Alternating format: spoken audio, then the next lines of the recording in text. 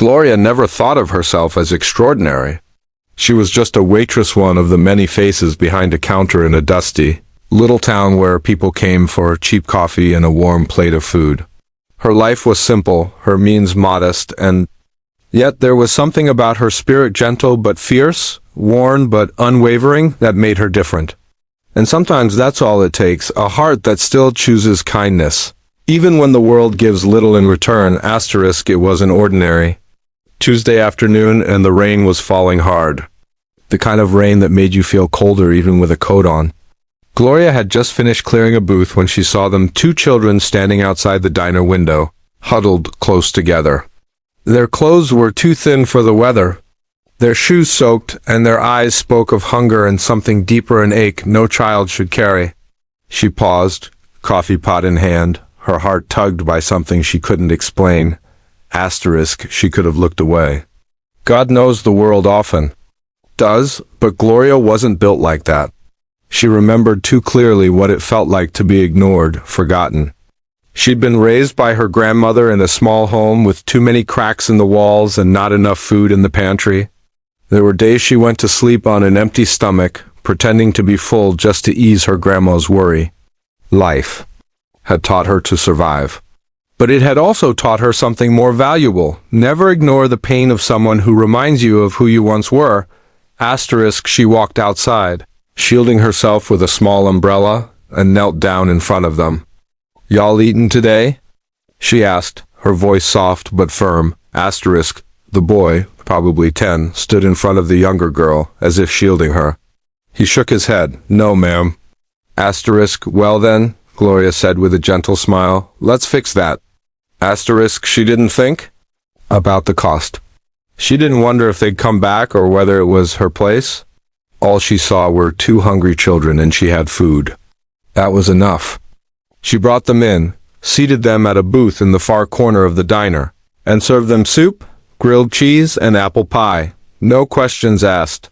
Just a warm meal and a safe space. For the next few weeks, they returned every couple of days. Gloria began to learn their names. Jordan and Lila. She learned that their parents had died in a car accident 6 months prior. They had bounced around, sleeping in shelters when they could, behind buildings when they couldn't. Jordan was fiercely protective of Lila, and she was quiet, almost painfully so, as if words might crack her open. Gloria started setting aside leftovers for them after each shift. She brought clothes from the church's donation box, slipped spare change into their coat pockets, and always wrote them little notes tucked into napkins. "You're stronger than you know. Someone out there believes in you. You matter." To anyone else it might have seemed small, insignificant.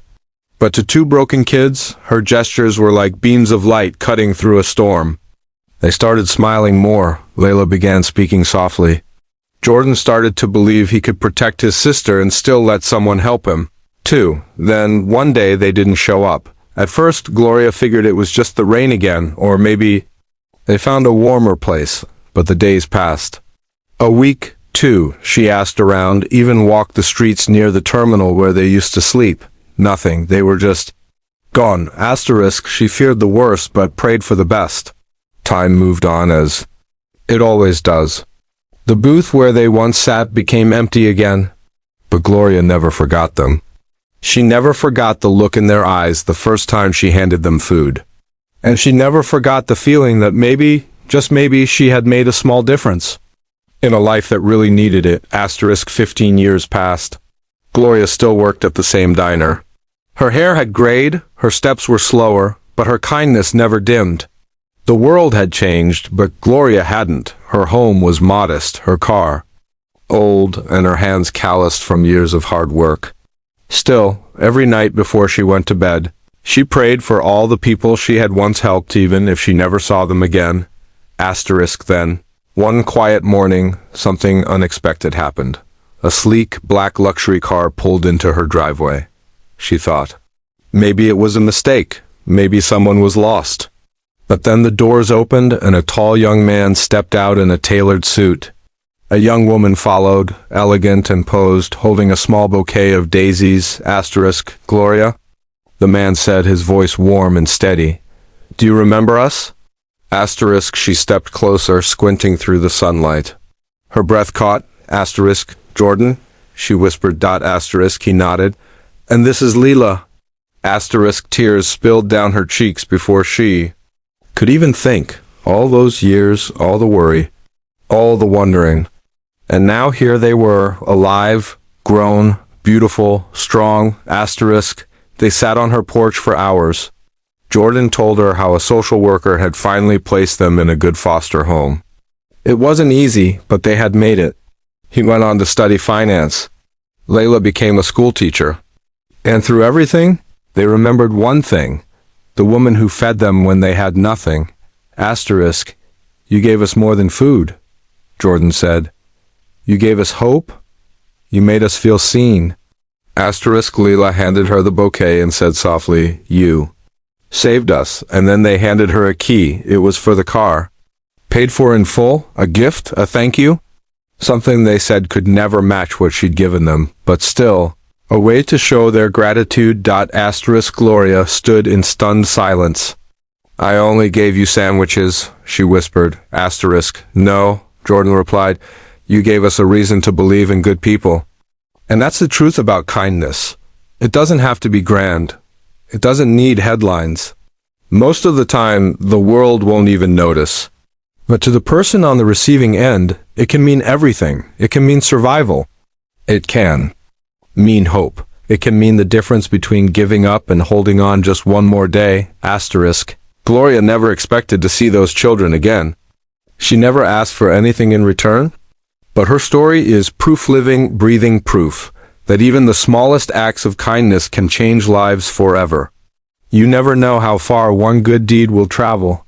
You never know who's carrying your kindness with them as they grow, as they heal, as they build a life that once seemed impossible. Asterisk, and in the end, maybe that's what grace really is. Asterisk, not grand, not loud. Asterisk, just simple love, shown when it's needed most. Gloria never asked for recognition. She had no desire for medals, no longing for applause. All she ever wanted was to do the right thing even if no one was watching. She lived her life one day at a time, filling coffee cups at the local diner, offering warm smiles to strangers, and quietly extending kindness to those who needed it most. Her days were routine, sometimes difficult, but always guided by a simple belief. If you have love to give, give it freely. 15 years ago, she made a decision that changed two young lives. A rainy day. Two children, hungry, lost, afraid.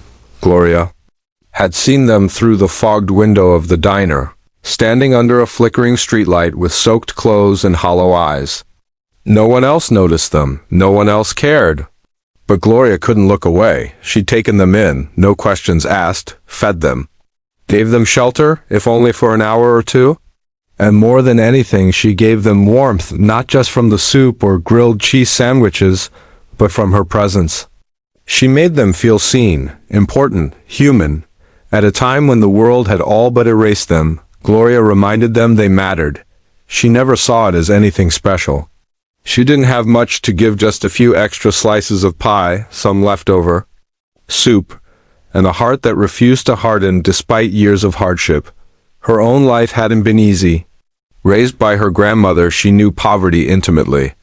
She knew what it meant to go without. But maybe that's what made her so generous. Her compassion wasn't born from comfort, it was born from pain. And that's why it was so real. After the kids disappeared, Gloria worried for years. She prayed for them every night, wondering where they'd gone. She feared the worst, but never let go of hope.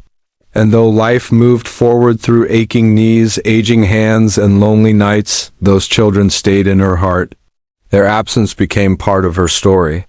A quiet ache she carried, but never let break her. She kept working at the diner. Year after year, never rich, never famous, but always kind. She helped strangers, offered rides home to tired customers, gave out free coffee to those who couldn't pay. And she never told anyone about the kids, about Jordan and Lila. That was between her, God, and whatever memory they carried of her. She never expected to see them again. She never expected anything at all. Then one summer morning, her world shifted. She was on her porch, watering the plants she kept in chipped ceramic pots when she saw the black luxury car. It was polished to a mirror shine and parked slowly, carefully outside her modest home. She blinked, unsure if she was dreaming. No one in her neighborhood drove anything like that. For a moment she thought they must be lost, but then the doors opened, and two adults stepped out, beautiful, composed, radiant with grace.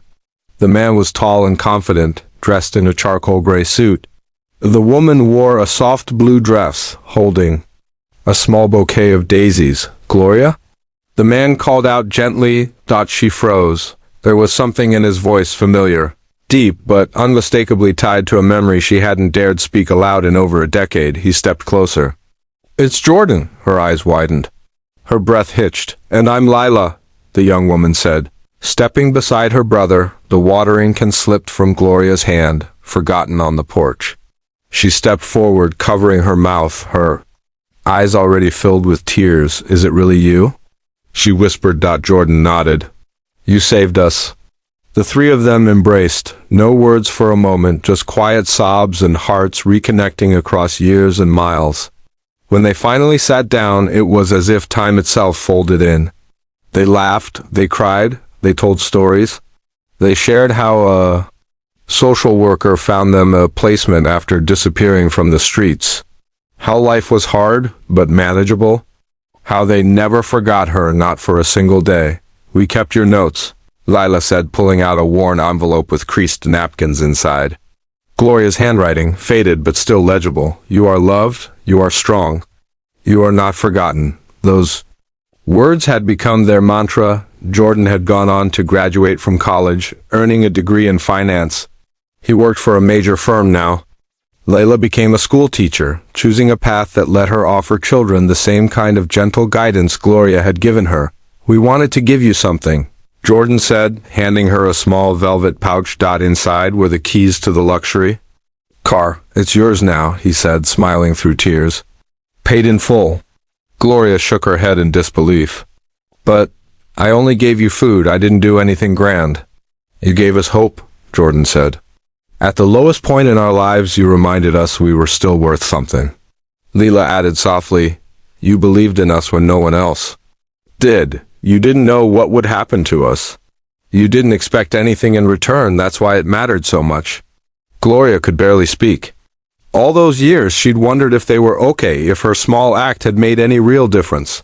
And now, here they were. Not just alive, but thriving. Not just grateful, but returning that love full circle. Later, as they hugged goodbye and promised to stay in touch, Gloria stood on her porch, watching the sun dip low over the neighborhood. She didn't care about the car or the keys or even the gifts.